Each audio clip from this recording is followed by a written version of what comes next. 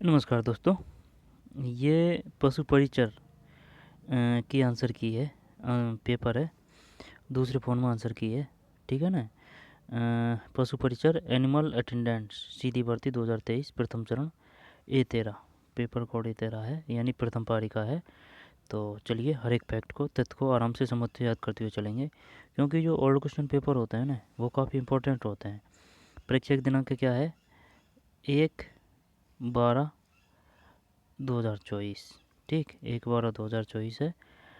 पशु परिचर animal attendant सीधी भर्ती जो 2023 प्रथम चरण कोड A13 और 1/12/2024 एग्ज़ाम डेट है। ठीक है, राजस्थान कर्मचारी चयन बोर्ड जयपुर के माध्यम से एग्ज़ाम ली गई है। तो चलिए हर एक फैक्ट को तथ्य को समझ, क्योंकि जो ओल्ड क्वेश्चन पेपर काफ़ी इंपॉर्टेंट है, क्योंकि यहाँ से ही तोड़ मरोड़ के क्वेश्चन दिए जाते हैं और आते हैं, चाहे वो किसी भी पद की किसी प्रकार की एग्ज़ाम हो। तो चलिए शुरू करते हैं।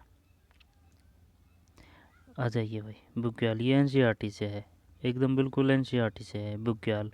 NCERT की जो नाइन्थ थी ना, नाइन्थ पशु पशु और पशु चारक है ना, पशुपालन, कुछ ऐसे नाम था वो पार्ट है ना, वहाँ से आए थे ये 6-7 क्वेश्चन पूरे पूरे उससे ही है।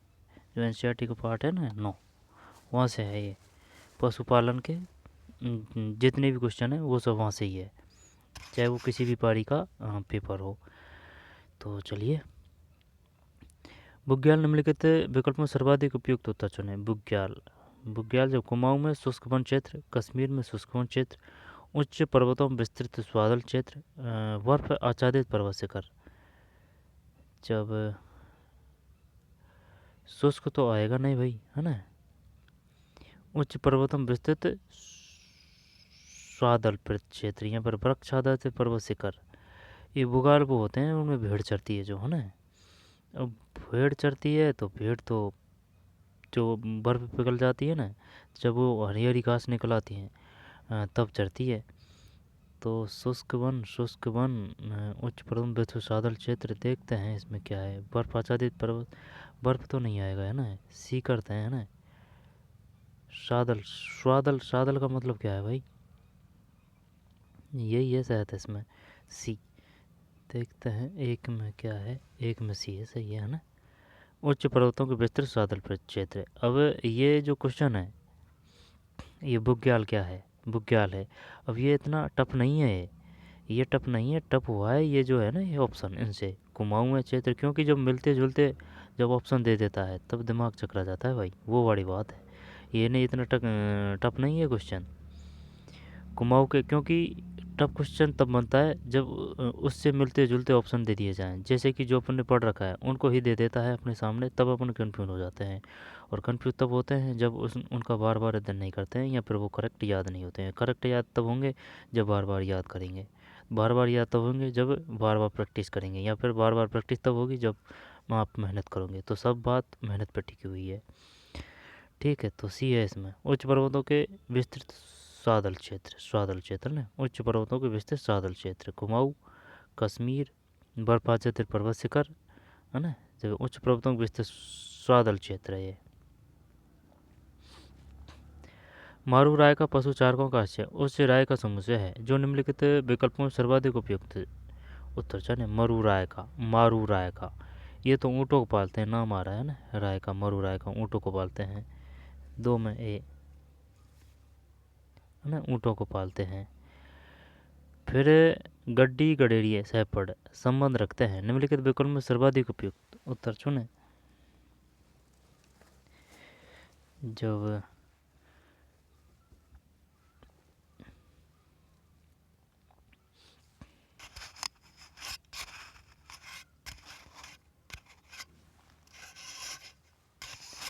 गड्डी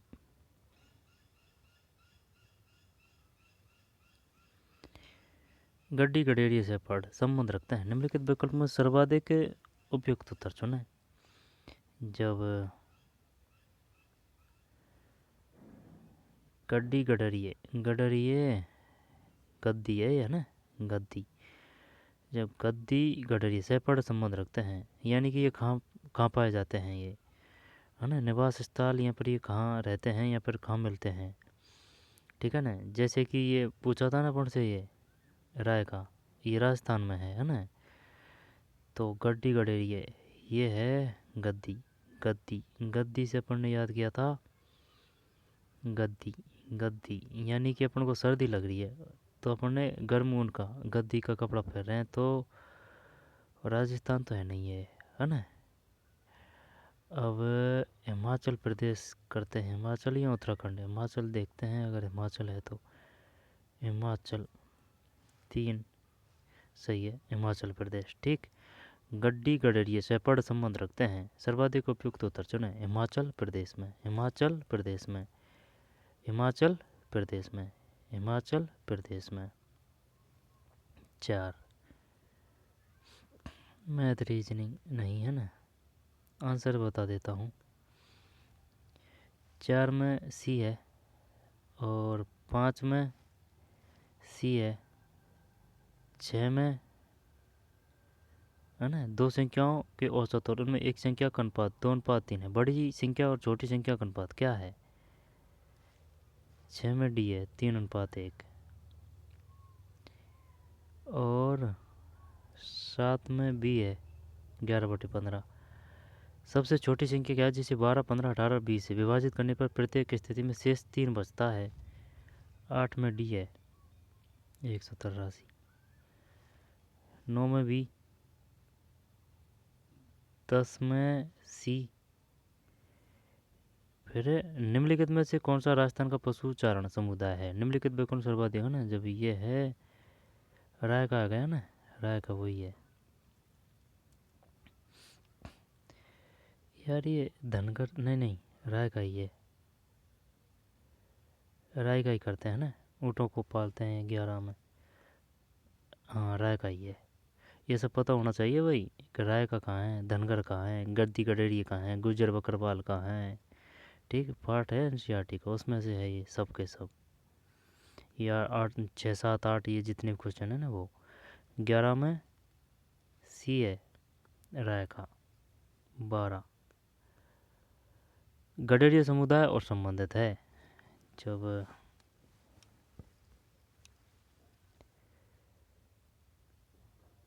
देख राय का राजस्थान, अब राय का राजस्थान तो धनगर गद्दी गडरिये हिमाचल प्रदेश, गुज्जर बकरवाल गुर्जर है ना, गुर्जर बकरवाल महाराष्ट्र। तो फिर नहीं नहीं, ये गुज्जर ये नहीं आएगा, ये ऐसे याद कर रखा था अपने गु। गु यानी कि ऊ की मात्रा, जम्मू में भी ऊ की मात्रा। तो ये डी में एक कर दें क्या?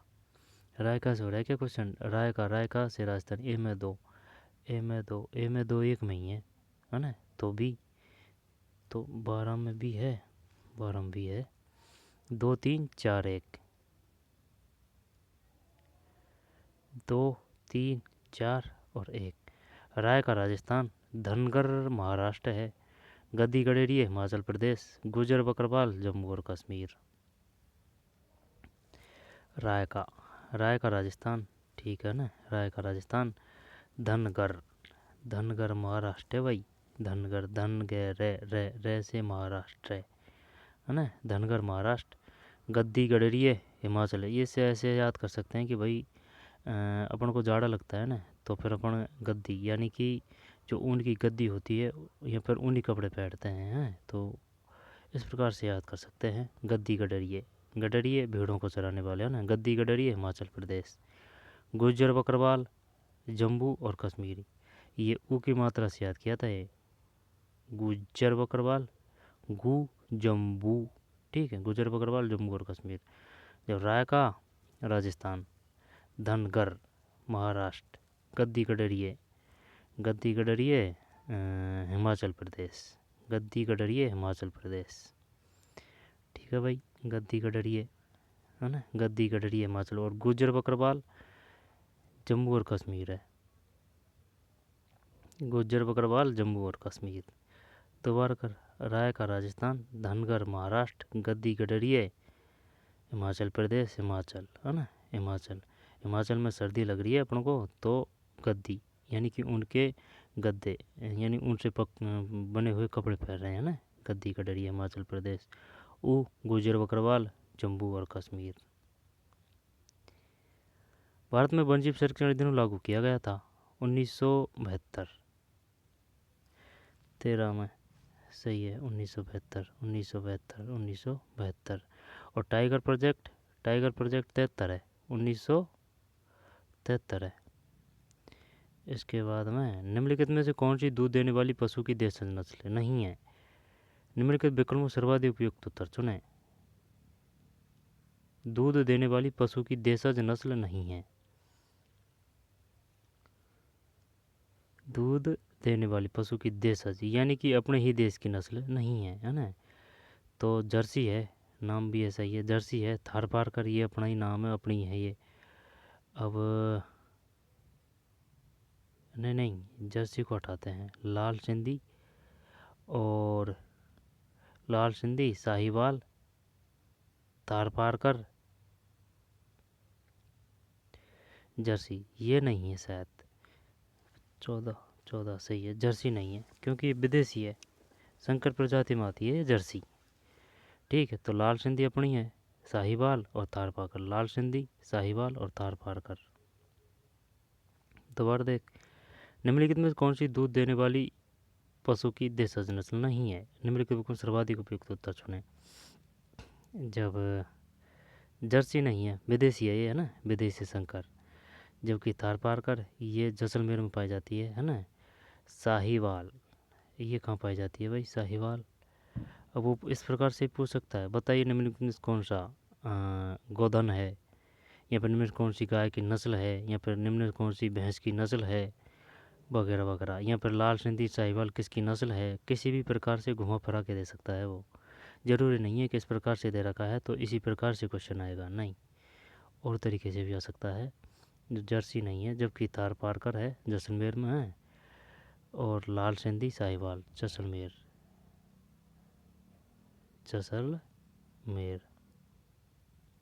ये एरिया मिलती है।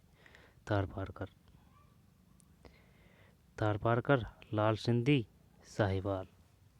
आगे चलते हैं।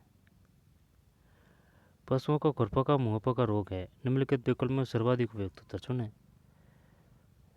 यार, खुरपका और मुंहपका बता।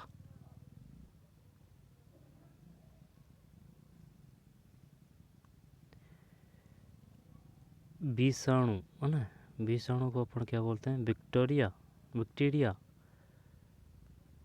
इंग्लिश कहाँ है कि, है ना। विषाणु वायरल है, विषाणु को वायरल, है ना। विषाणु को बी से विषाणु, इसमें कोई दिक्कत नहीं है। बी से विषाणु, हिंदी और इंग्लिश में चक्कर पड़ता है, इसका ही खेल है। अगर अच्छी तरह समझाया का जाए ना बात, तो फिर पकड़ जाएंगे अपन। विषाणु वायरल, और जीवाणु को बोलते हैं बैक्टीरिया है ना, ये रही बैक्टीरिया। जीवाणु को बैक्टीरिया, विषाणु को वायरल, यानी कि इसमें तो कोई दिक्कत नहीं है। बी से बी है ना, बी से बी है, विषाणु वायरल है। अब ये जो बैक्टीरिया है इसको बोलते हैं जीवाणु। ठीक, पता होना चाहिए, पूछेगा वो। जब इनसे काफ़ी अगर सही तरीके से पढ़ लिया जाए, देख लिया जाए, तो काफ़ी क्वेश्चन हल हो सकते हैं कि भाई विषाणु क्या है, जीवाणु क्या है। ठीक है, तो इसमें शायद ये होना चाहिए भाई, खुरपका मुंहपका। जीवाणु है क्या इसमें? जीवाणु यानी कि बैक्टीरिया।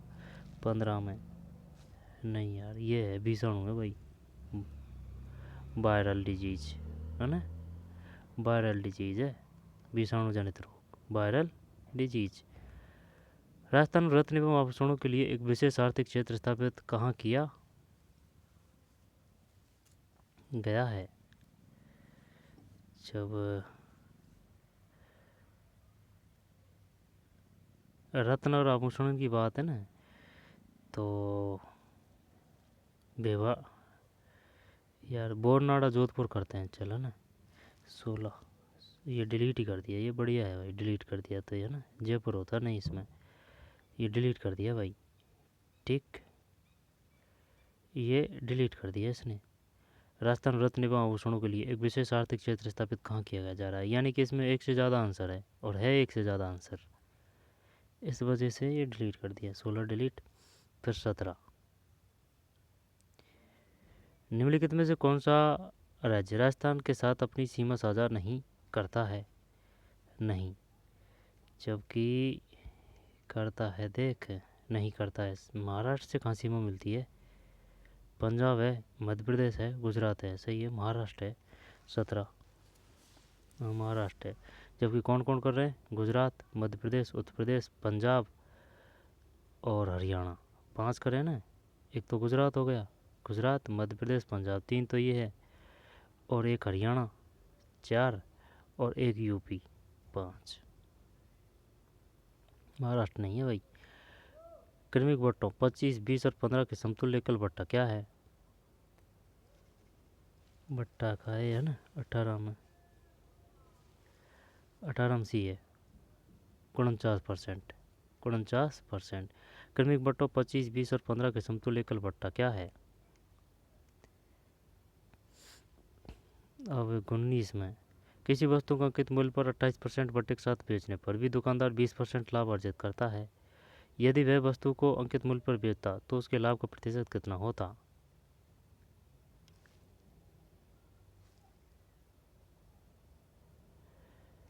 ये है 66 सही 66 सही 2/3। किसी वस्तु को अंकित मूल्य पर 28% बट्टे के साथ बेचने पर भी दुकानदार 20% लाभ अर्जित करता है। यदि वह वस्तु को अंकित मूल्य पर बेचता, किसी वस्तु को अंकित मूल्य पर 28% बट्टे के साथ बेचने पर, किसी वस्तु को अंकित मूल्य पर 28% बट्टे के साथ बेचने पर भी दुकानदार 20% लाभ अर्जित करता है।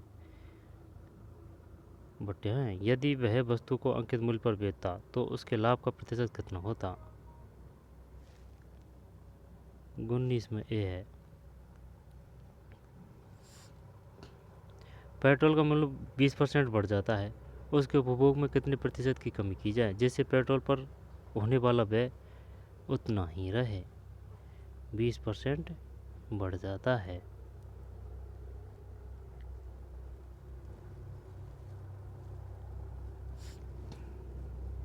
ये तो 20 तो मुश्किल आएगा यार 20 में। ये है 16 सही 2/3, 16 सही सी है 2/3। फिर 21 में सी है 52.2।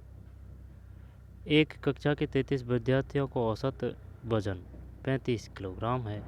एक कक्षा, ये कक्षा है, एक कक्षा के 33 विद्यार्थियों का औसत वजन 35 किलोग्राम है, केजी है। यदि कक्षाध्यापक और प्रधानाचार्य के वजन को भी जोड़ दिया जाए तो औसत वजन 1 किलोग्राम बढ़ जाता है।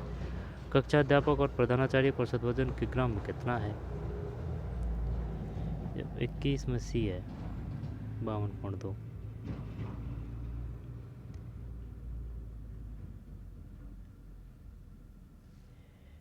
21 में सी 52.2 और 52.5 है। 21 में सी है ना 52.5। निम्न में से कौन सा राष्ट्रीय उद्यान अभ्यारण्य राजस्थान में जीवाश्मों के संरक्षण के लिए प्रसिद्ध है? निम्नलिखित विकल्पों में सर्वाधिक उपयुक्त उत्तर चुनें। राष्ट्रीय उद्यान या अभ्यारण्य राजस्थान में जीवाश्मों के संरक्षण के लिए प्रसिद्ध है। जब ये तो वो है ना, कौन सा सरिस्का तो है नहीं है, जीवाश्म ही हो गया ना ये। राष्ट्रीय मरुस्थल उद्यान जैसलमेर है ना, केवलादेव राष्ट्रीय उद्यान भरतपुर, रणथंभौर राष्ट्रीय उद्यान सवाई माधोपुर, राष्ट्रीय वो ये पूछ लेता है। बताइए कितने राष्ट्रीय उद्यान हैं? जो केवलादेव है, रणथंभौर है और एक सरिस्का है। नहीं, ये तो उनसे है, कौन से वो पूछ लेता है। बताइए बाघ परियोजना से संबंधित है, ठीक है, सरिस्का और रणथंभौर है ना।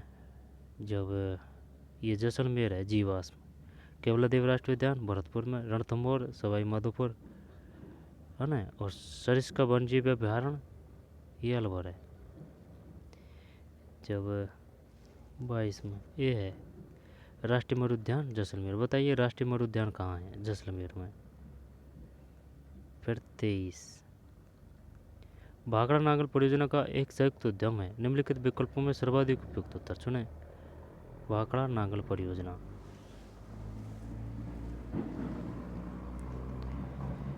जब ये है ब्रेक है पंजाब हरियाणा राजस्थान। भाखड़ा नागल परियोजना पंजाब, ये इसी करते हैं ना 23 में, सही है। पंजाब हरियाणा और राजस्थान। भाखड़ा नागल परियोजना सबसे बड़ी परियोजना है। और हीराकुंड बांध कहाँ है? महानदी पर। महानदी कहाँ है? उड़ीसा में। भाखड़ा नागल परियोजना का एक संयुक्त उद्यम है। निम्नलिखित विकल्प में सर्वाधिक उपयुक्त उत्तर चुनें। पंजाब हरियाणा और राजस्थान। एक तो पंजाब हो गया है ना, जैसे कि भाई ये अपना प्यारा भारत है ना, जब इधर ये अपना राजस्थान हो गया, जब यहाँ की बात कर रहे हैं ऊपर ऊपर है ना, जब पंजाब हरियाणा और राजस्थान, पंजाब हरियाणा राजस्थान, पंजाब, ठीक है पंजाब है ना, 5 नदियों का आब है ना पंजाब, पंजाब हरियाणा और राजस्थान। भाखड़ा नागल परियोजना। 4 वैत राजस्थान के किस क्षेत्र का प्रसिद्ध लोक नाट्य प्रस्तुति है? 4 वैत, वैत, टोंक, हाँ टोंक, चॉइस सही है टोंक। 4 वैत राजस्थान किस क्षेत्र का प्रसिद्ध लोक नाट्य है? टोंक है, वैत है, टोंक है, वैत है, टोंक है ना? वैत टोंक मात्रा की सिमिलरिटी है। वैत टोंक, वैत टोंक, 4 वैत। 4 वैत क्या है भाई? ये लोक नाट्य है, तो इसमें क्या होता है पता नहीं है भाई। 4 वैत है ना, वो तो वैत है नहीं है वो जो क्या, हाँ वो बैत होता है ना वो लकड़ी का वगैरह, या फिर बड़े बूढ़े बैत लेकर चलते हैं, वो बैत नहीं है शायद, अलग है ये है ना। 4 बैत टोंक का है ये, याद है ये तो ना। बैत, बैत टोंक, बैत में 2 अक्षर है, टोंक में भी 2 अक्षर है, बैत और टोंक। घग्गर नदी के तट पर स्थित प्राचीनतम किला कौन सा है? निम्नलिखित विकल्प में सर्वाधिक उपयुक्त उत्तर चुनें। घग्गर नदी के तट पर स्थित प्राचीनतम किला कौन सा है? घग्गर तो हनुमानगढ़ है ना। प्राचीनतम किला कौन सा है? निम्नलिखित विकल्प में सर्वाधिक उपयुक्त उत्तर चुनें। जब भटनेर किला आएगा, नाहरगढ़ किला जयपुर, आमेर जयपुर है ना, जयगढ़ किला जयपुर, जयगढ़ आमेर नाहरगढ़, भटनेर किला हनुमानगढ़ आना चाहिए भाई। देखते हैं इसमें 25 में, सही है भटनेर किला। 25 के बाद में 26। ब्रह्मा मंदिर राजस्थान के किस क्षेत्र में स्थित है? पहले भी आ चुका है क्वेश्चन, पुष्कर है तो ये इस प्रकार से भी पूछ सकता है वो, जैसे कि ऑप्शन में है ना अजमेर भी देगा और अगर पुष्कर भी देगा तो फिर क्या करेंगे? पुष्कर करेंगे, क्योंकि वही जो सटीक है वही आंसर माना जाएगा, नहीं है क्या? पुष्कर। जैसे कि कोई तहसील में किसी जो देवता है उसका स्थल है, अब उस तहसील भी दे रखी है और जो अपना वो नाम पूछ रहा है कि भाई निम्नलिखित में से किस देवता से संबंधित है, तो वो जो गांव है गांव से संबंधित है, यानी जो जिस भाषा में पूछ रहा है उसी प्रकार से आंसर देना होता है। तो देखते हैं पुष्कर ही है इसमें तो ना, अगर अजमेर होता तो फिर अलग बात थी है ना। पुष्कर सही है। किस पशु उत्पाद में वसा का प्रतिशत सर्वाधिक होता है? ये तो भैंस का दूध तो है नहीं है इसमें। निम्नलिखित में सर्वाधिक उपयुक्त चुन है। जब वसा, वसा मतलब घी, जब मांस, अंडा, गाय का दूध, मछली।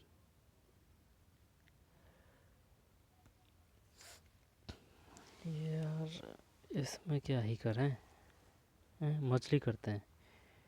27 नहीं, अंडा है भाई, अंडा है। और अंडा अगर भैंस का दूध होता तो फिर भैंस के दूध में वसा ज़्यादा होती है, अंडा है ना।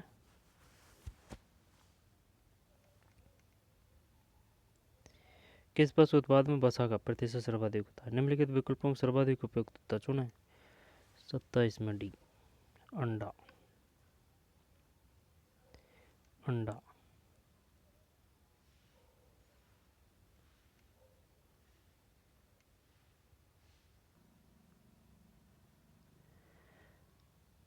अंडा है ना, अंडा।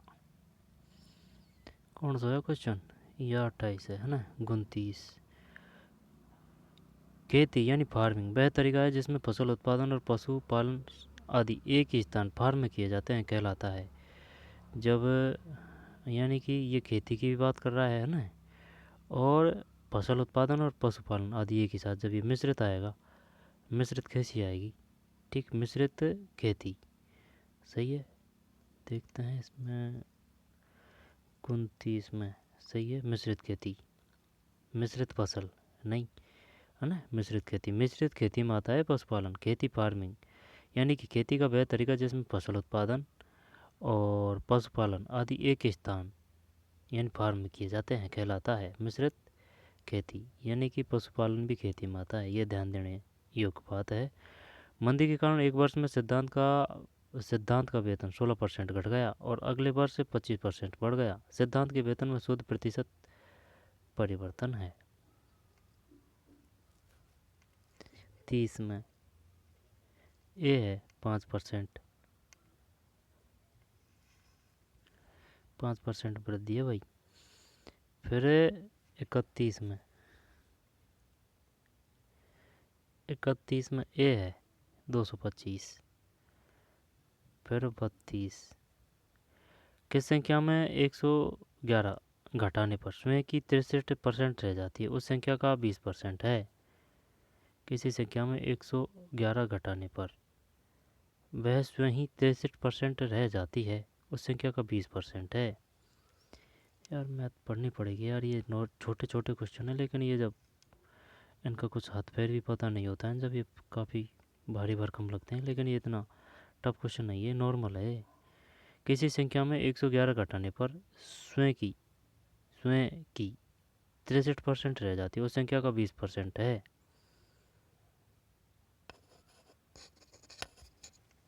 32 में सी है 60।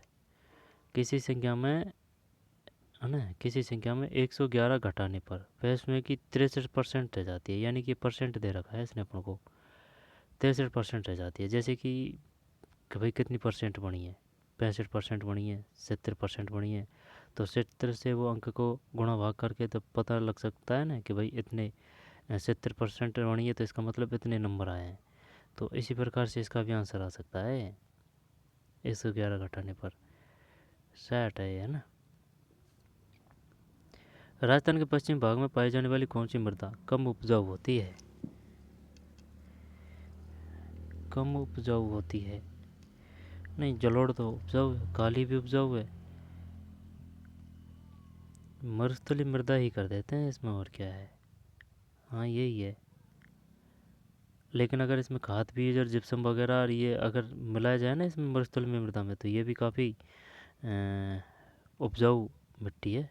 33 में, है ना, मरुस्थलीय मृदा हो जाती है अगर इसमें खाद बीज वगैरह, वो जिप्सम वगैरह और मिट्टी को सही करने के लिए अगर ये डाले जाएं, तो ये काफ़ी उपजाऊ हो सकती है। ये है कहने का मतलब, ये नहीं है कि भाई इसमें कुछ नहीं होगा, उपजाऊ हो जाती है, काफ़ी उपजाऊ होती है, बस इसमें कुछ जिप्सम वगैरह इनको डालने की ज़रूरत होती है ना। जब जलोढ़ तो है उपजाऊ, काली भी है, लेटराइट मृदा है, ये तो ऑप्शन सही पता चल रहा है ना। राजस्थान के थार मरुस्थल में अत्यधिक उपयोगी होने के कारण इस वृक्ष को मरुस्थल का कल्पवृक्ष कहा जाता है। दिए गए विकल्प में वृक्ष की पहचान कीजिए। ये तो खेजड़ी है, 34 में, है ना, खेजड़ी है। फिर 35, राजस्थान में ग्रीष्म ऋतु में चलने वाली शुष्क गर्म एवं धूल भरी हवाएं, ये तो लू है, कहलाती है लू। ये पता होना चाहिए। चिनुक कहाँ है ना, चिनुक अमेरिका में है शायद, है ना। फोन कहाँ चलती है, नार्वेस्टर कहाँ है, पता होना चाहिए। जैसे कि लू अपने यहाँ चलती है, अब लू ये नहीं है कि भाई चलिए राजस्थान में उत्पन्न होती है, राजस्थान में पैदा होती है, नहीं, ये इधर से आती है, अफगानिस्तान वगैरह इधर से आती है, ठीक, लू। जब नार्वेस्टर कहाँ है, चिनुक कहाँ है, चिनुक शायद अमेरिका में है, चिनुक, क्योंकि चिनुक नाम से एक हेलीकॉप्टर भी है ना, चिनुक अमेरिका में है शायद। नार्वेस्टर, चिनुक और फोन। फिर कुक्कुट, कुक्कुट पक्षी, कुक्कुट पक्षी तो उसको बोलते हैं ना, उसको कुक्कुट, कुक्कुट, कुक्कुट का मतलब मुर्गी। को पिंजर, जाली सिस्टम में पालने के लाभ हैं: अधिक संख्या में पक्षियों का पालन, स्वच्छ अंडों का उत्पादन, परजीवी रोगों का नियंत्रण, उपयुक्त वातन की सुनिश्चितता। जब यह में देख, यह तो सही है और यह भी सही है ना भाई, क्योंकि प्रकाश वगैरह, धूप वगैरह, हवा वगैरह पास होना भी ज़रूरी है। परजीवी रोगों का नियंत्रण, ये भी ठीक है। अधिक संख्या में पक्षियों का पालन, ये भी सही है। क्या तीनों, चार तो है नहीं है इसमें, अब चार है नहीं है तो बी सी डी करते हैं चल, है ना, बी। 36 में 36 गलत है भाई, 36 में ए है। 36 में ए का मतलब है A B C, A B C. ये वातन का मतलब क्या है? वातन का मतलब, वातन का मतलब है ensuring power ventilation, ensuring power proper, ensuring proper ventilation, ensuring proper ventilation. अच्छा, ensuring proper ventilation, ensuring proper ventilation.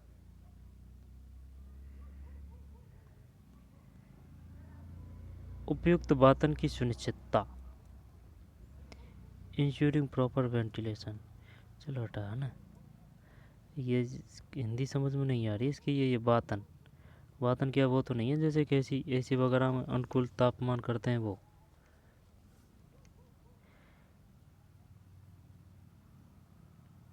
सही है, ये गलत है भाई, ध्यान देना इस पे, है ना, ये गलत है। जबकि अधिक संख्या में पक्षियों का पालन, स्वच्छ अंडों का उत्पादन और परजीवी रोगों का नियंत्रण। फिर 36 के बाद में 37,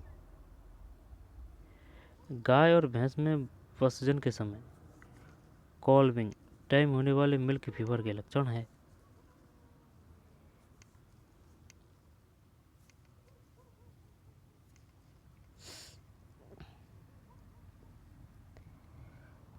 कॉल्विंग, कॉल्विंग मतलब ये कॉल्विंग वही है जैसे कि भैंस ब्याती है उसको ही बोलते हैं कॉल्विंग टाइम।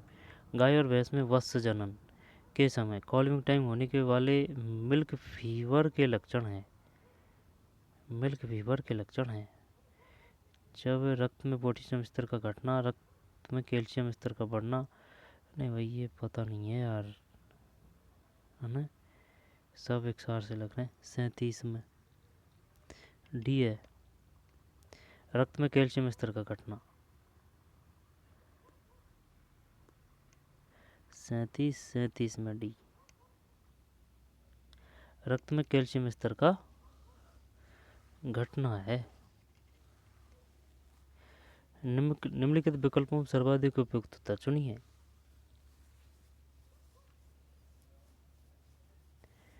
रक्त में पोटेशियम स्तर का घटना, नहीं चल छोड़ा ना, सर्वाधिक उपयुक्त ना। जब गाय और भैंस के बच्चा के समय यानी कॉल्विंग यानी भैंस व्याती है ना, वो वाली बात कर रहा है, वाले मिल्क फीवर के लक्षण है रक्त में कैल्शियम स्तर का घटना, रक्त में कैल्शियम स्तर का घटना। मारेक रोग एक सामान्य रोग है, निम्नलिखित विकल्पों में सर्वाधिक उपयुक्तता चुना है। मारेक रोग, मारेक रोग एक सामान्य रोग है।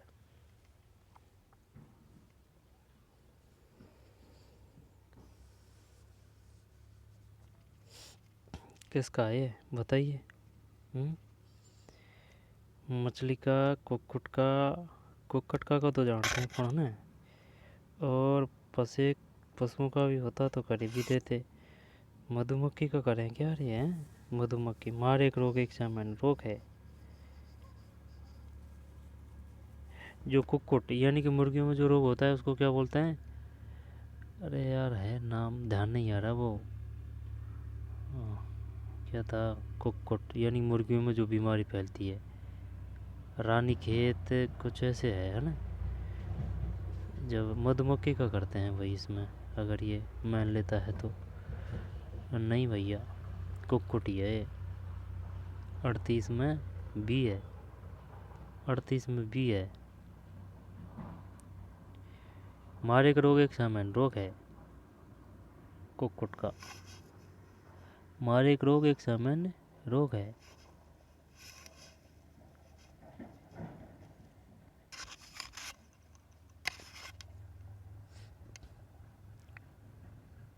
पोएट्री, पोएट्री, पोएट्री मतलब मुर्गी। कैटल, पोएट्री, फिश, हनी, हनीवी, है ना।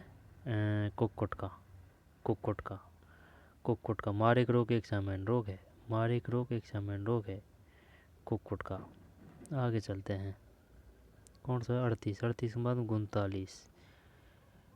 वह परिघटना जिसमें दर्पण द्वारा बने प्रतिबिंब में वस्तु का बायां भाग दाहिना और दाहिना भाग बायां दिखाई देता है कहलाता है। वह परिघटना जिसमें दर्पण, ये मान लिया दर्पण ना, दर्पण द्वारा बने प्रतिबिंब में वस्तु का बायां भाग, बायां भाग है ना, ये बायां हो गया, बायां भाग दाहिना और दाहिना भाग बायां दिखाई देता है कहलाता है। ये आएगा कौन सा? नियमित परावर्तन। नियमित, चलिए ही करते हैं बी। 39 नहीं, 39 में सी है, पार्श्व परावर्तन। 39 में सी है भाई, पार्श्व परावर्तन। समझ में नहीं आया? सी का मतलब है lateral reflection, lateral reflection, lateral reflection. अच्छा, वह परिघटना जिसमें दर्पण द्वारा बने प्रतिबिंब वस्तु का बायां भाग दाहिना और दाहिना भाग बायां दिखाई देता है कहलाता है।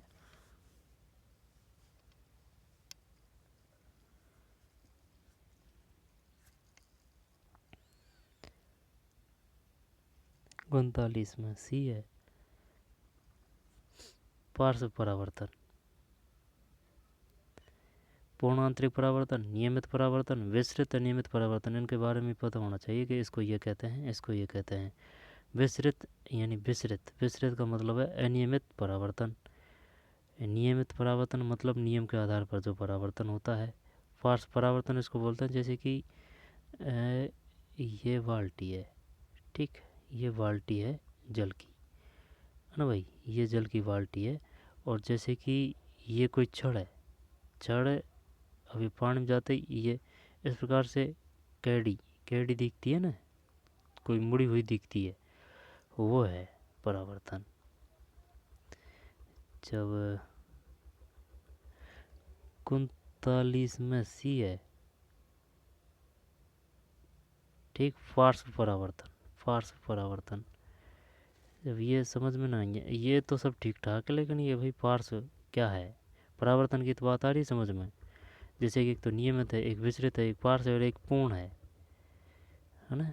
पार्श्व, ध्यान देना भाई इस पे, है पार्श्व। 39, 39 में सी है, ठीक।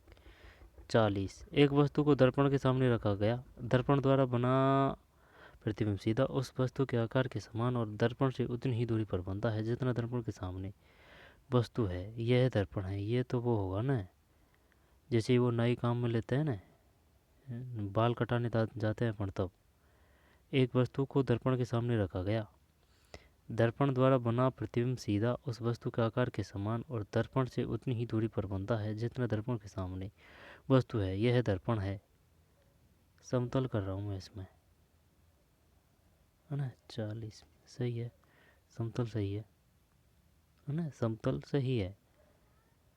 एक वस्तु को दर्पण के सामने रखा गया, दर्पण द्वारा बना प्रतिबिंब सीधा उस वस्तु के, यानी विशेषता बता रहा है, सीधा उस वस्तु के आकार के समान और दर्पण से उतनी ही दूरी पर बनता है जितना दर्पण के सामने वस्तु है। यह दर्पण है। समतल। 40 के बाद में 41। उत्तल दर्पण को, उत्तल दर्पण को, उत्तल दर्पण को क्या कहते हैं बता।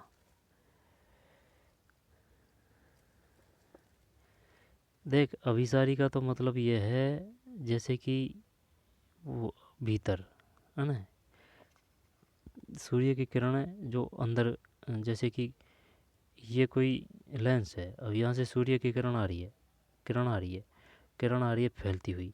अब ये एक जगह अगर आ रही है ना, एक जगह इकट्ठे करते हैं, कभी ये बचपन में प्रयोग भी किया होगा। एक जगह इकट्ठे करते हैं तो इकट्ठे करके जब ये प्रकाश पड़ता है तो ये आग भी लग जाती है इससे। ठीक है ना, ये किरणें जब एक साथ आके एक चीज़ पे पड़ती है, चाहे वो कागज़ या किस पे भी, तो इस लेंस के माध्यम से।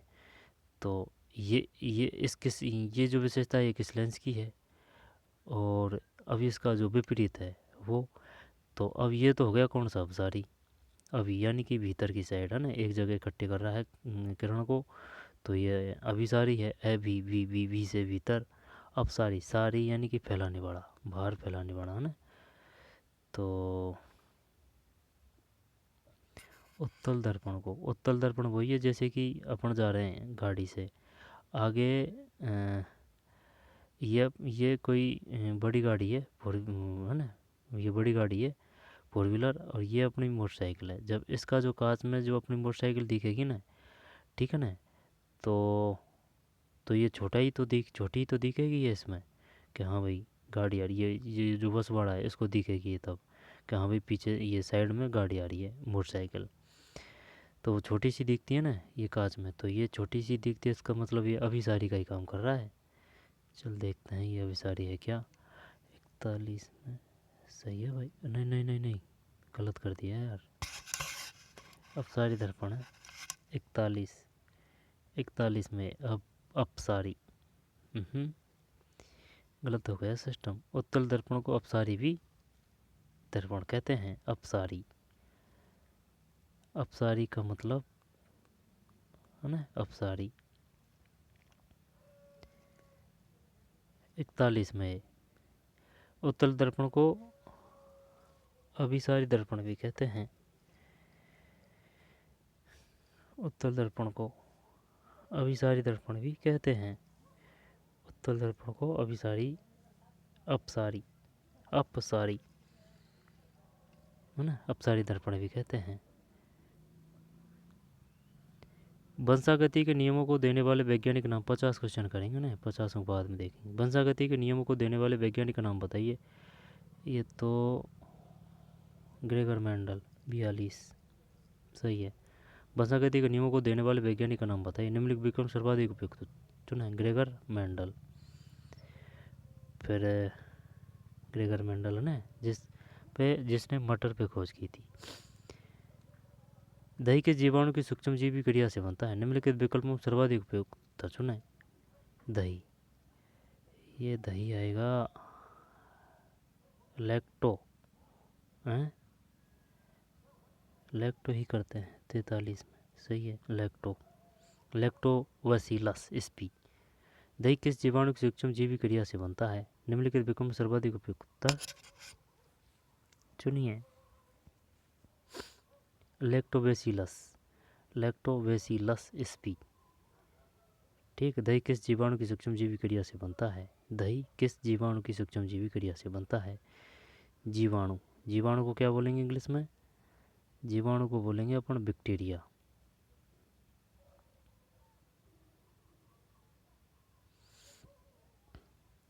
Card of former by the microbial action of the which a bacterium है ना, ये बैक्टीरिया, बैक्टीरियम, हाँ बैक्टीरिया ही है, सही है, जीवाणु को बैक्टीरिया। 43, 43 में है लैक्टोबैसिलस स्पी। फिर 44, कुक्कुट में नस्ल सुधार के लिए संकर प्रजनन कार्यक्रम निम्नलिखित में किन प्रांचलों प्रांचलों पर केंद्रित है। प्रांचलों पर केंद्रित है। कुक्कुट यानी कि मुर्गी, कुक्कुट में नस्ल सुधार के लिए संकर प्रजनन कार्यक्रम निम्नलिखित से प्रांचलों प्रांचलों पर केंद्रित है। कुक्कुट में नस्ल सुधार के लिए संकर प्रजनन कार्यक्रम निम्न किन प्राचलों, इंग्लिश क्या है प्राचलों की, ये है भाई साहब, on the which of the following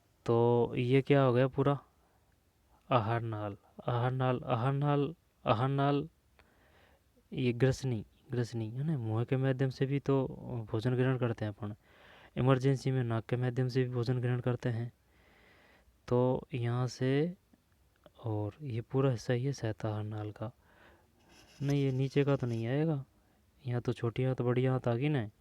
हाँ लेकिन ये शायद है इसका ही है, और जानकार नहीं है, और देख लेना, छोटी छोटी आंत है ये। मानव आहार नाल का सबसे लंबा भाग है छोटी आंत। 46 के बाद में छोटी आंत, यानी सबसे लंबा भाग छोटी आंत का है। 46 के बाद में 47। ग्रंथि जो मनुष्य के शरीर में हार्मोन्स के साथ एंजाइम का भी श्रवण करती है और शर्करा के स्तर को नियंत्रित करती है, वह है यकृत, लीवर, यानी कि किडनी। लीवर को किडनी बोल सकते हैं? नहीं नहीं, लीवर तो पेट, किडनी, किडनी। अधिवृक्क तो नहीं बोलेंगे, अधिवृक्क किडनी को हिंदी में, अधिवृक्क, अधिवृक्क तो नहीं बोलेंगे किडनी को।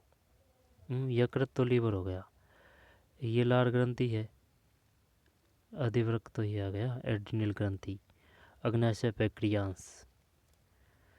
पूछ लेगा वो अधिवृक्क किसे कहते हैं, पैक्रियांस के नाम से किसे जाना जाता है। ठीक, यकृत, लीवर, पेट है ये तो, है ना।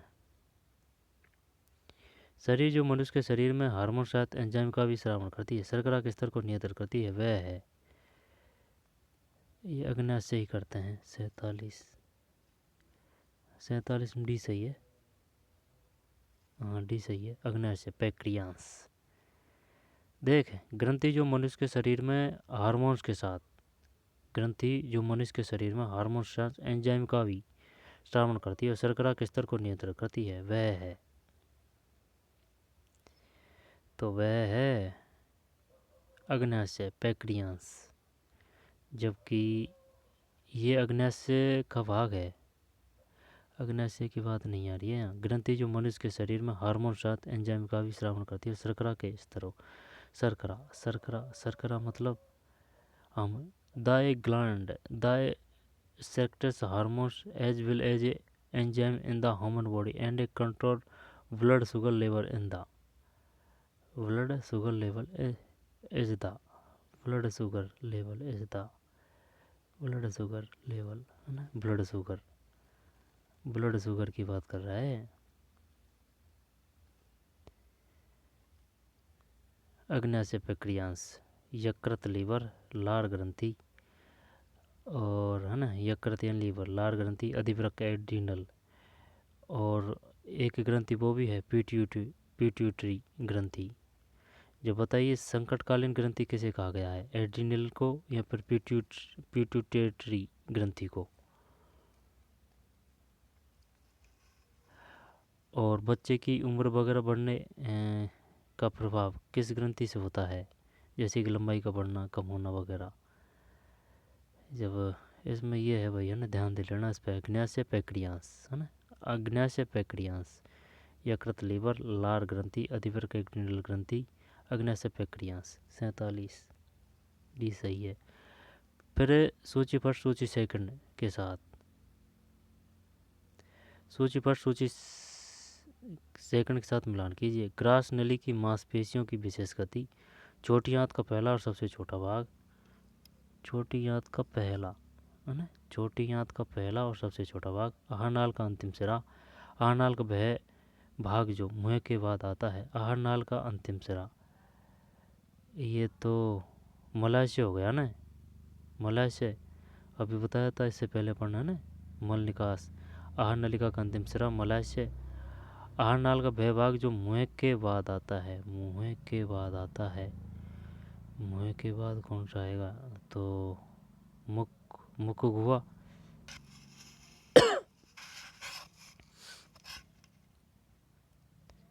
ग्रास नली गहनी, तो गया ये। ग्रास नली की मांसपेशियों की विशेष गति, ग्रहणी, छोटी आंत का पहला और सबसे छोटा भाग,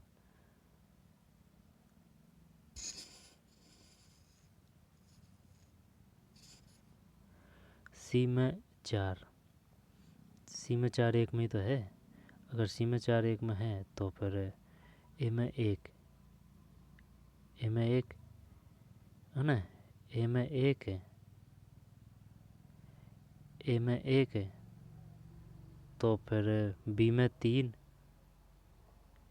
छोटी हाथ का पहला और सबसे छोटा भाग ग्रहणी, छोटी हाथ का पहला और सबसे छोटा भाग ग्रहणी।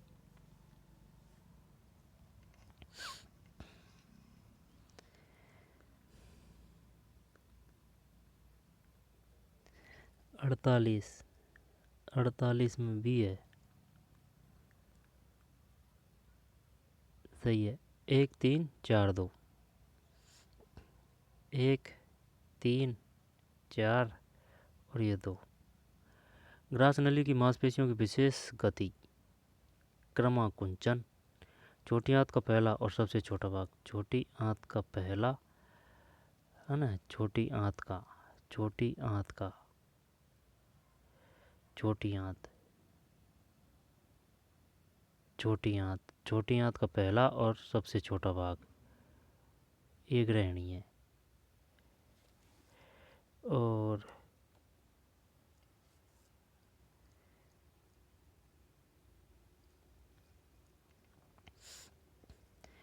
ग्रास नली की मांसपेशियां, ये क्रमाकुंचन है ना। ग्रास नली की मांसपेशियों की विशेष गति क्रमाकुंचन, छोटी आंत का पहला और सबसे छोटा भाग ग्रहणी आएगा। यानी कि ग्रहणी किसका भाग है? ग्रहणी छोटी आंत का है, पहला और सबसे छोटा भाग कौन सा है? ग्रहणी। आहारनाल का अंतिम सिरा, ये मलाशय है। आहारनाल का वह भाग जो मुंह के बाद आता है, मुख गुहा। जब दोबारा देख ले, ग्रास नली की मांसपेशियों की विशेष गति क्रमाकुंचन, ये समझ में नहीं आया। छोटी आंत का पहला और सबसे छोटा भाग, पहला और सबसे छोटा भाग ग्रहणी है। आहारनाल का अंतिम सिरा, ये मुख गुहा है।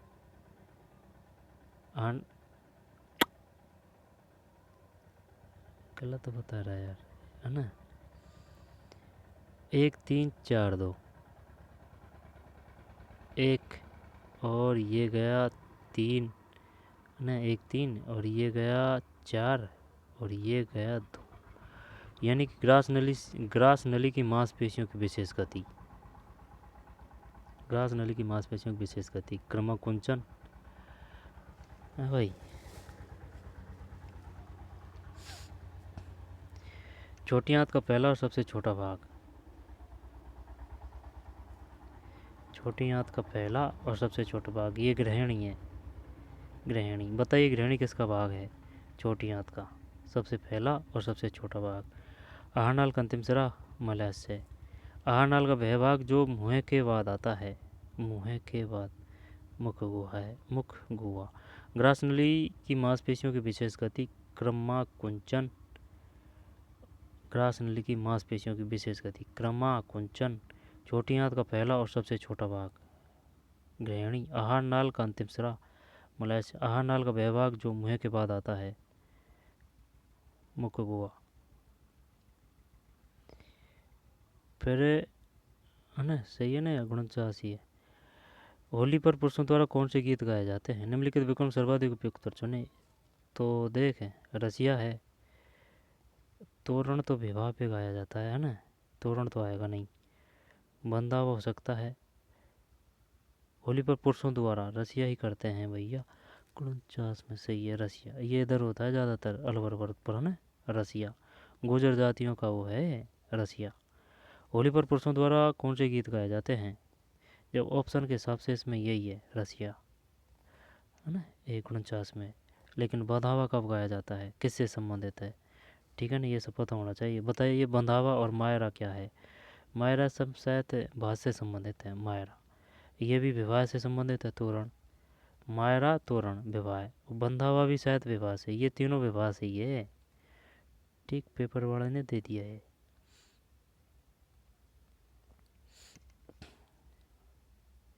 बंधावा, मायरा, तोरण।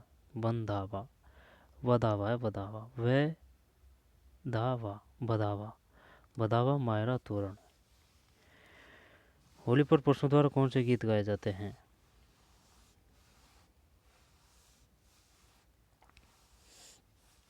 होली पर पुरुषों द्वारा कौन से गीत गाए जाते हैं? निम्नलिखित विकल्प में सर्वाधिक उत्तर चुनें।